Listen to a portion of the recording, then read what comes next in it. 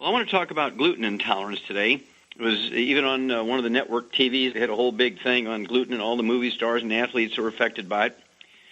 And right now, according to, actually it was 2009, according to Mayo Clinic, a big international clinic in Rochester, Minnesota, they said 30 out of 100, just about one-third of Americans are gluten intolerant. Now, we're talking about 115 million Americans, a huge market, 115 million Americans, and you're looking at 30 million baby boomers are gluten intolerant. And then when you look at certain cultural or ethnic groups, the Seventh-day Adventists are 80% gluten intolerant, the Mormons are 80% gluten intolerant, and the Amish are 80% gluten intolerant because they eat so much grain. Now, I urge you to get a hold of my CD called Cereal Killers, spelled C-E-R-I-A-L. It's a contraction of two words, cereal, like C-E-R-E-A-L, the cereal you eat for breakfast, and then cereal, S-E-R-I-A-L, like serial killers, people who kill people every week kind of thing.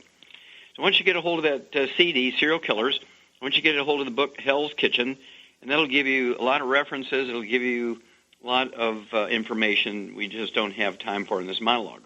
But it's a serious problem, and not only do you get from gluten intolerance, it's not an allergy to wheat. When you're gluten intolerant, you're actually sensitive, you're intolerant of wheat, barley, rye, and oat proteins, not in an allergic fashion. You don't get the same biochemical activities that happen when you have an allergy.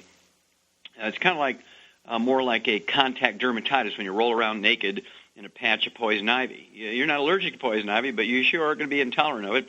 Well, the same thing that happens when you eat gluten from wheat, barley, rye, and oats, or drink it in beer, scotch, and bourbon, or any other alcohol drinks, or any drinks that are made from wheat, barley, rye, and oats. Your intestines are going to look like you've been eating poison ivy for salads. And so a lot of doctors will call this leaky gut syndrome. And a lot of people will get called celiac disease. It'll be called irritable bowel syndrome, inflammatory bowel disease, ulcerative colitis, appendicitis, diverticulitis, Crohn's disease, the most severe form, where they want to start amputating chunks of your intestine. They will take out your appendix, they'll take out your gallbladder because of belly pain. Colicky babies have the symptoms. And then secondarily to this, you can get any one of hundreds of diseases that are nutritional deficiency disease, because when your intestines change negatively like this, it reduces your ability to absorb things by as much as 80 to 90%.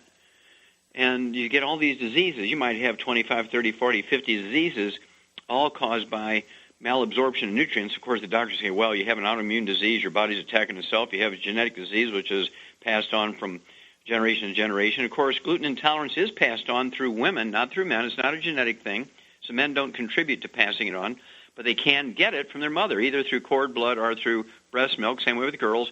But girls pass it on because they will expose the embryo to cord blood, of course, and then they expose the embryo or the newborn baby to breast milk. So in either case, they're going to initiate gluten intolerance in the embryo or the newborn baby.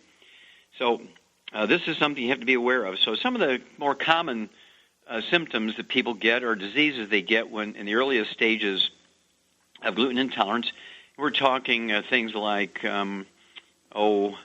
colicky babies. Take the baby off the breast milk and you put them on a formula. Hey, boy, they're happy because they're not getting the gluten through the mother's breast milk anymore. And then they start eating solid food again. Then they start getting belly pain. They don't want to go to school. And you think, oh, the kids, as a teacher being bad to the kid, the kid's got belly pain. Mommy, I don't want to go to school. My belly hurts. The doctor takes their appendix out. They get a little older, they'll take their gallbladder out. Get a little older, they want to amputate chunks of their colon and their small bowels. And then you begin to gain weight because you're hungry all the time because you can't absorb minerals. And so you have pica and cribbing and the munchies because you're minerally deficient.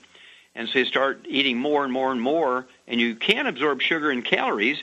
As a result, it's not unusual for people who have gluten intolerance to be overweight.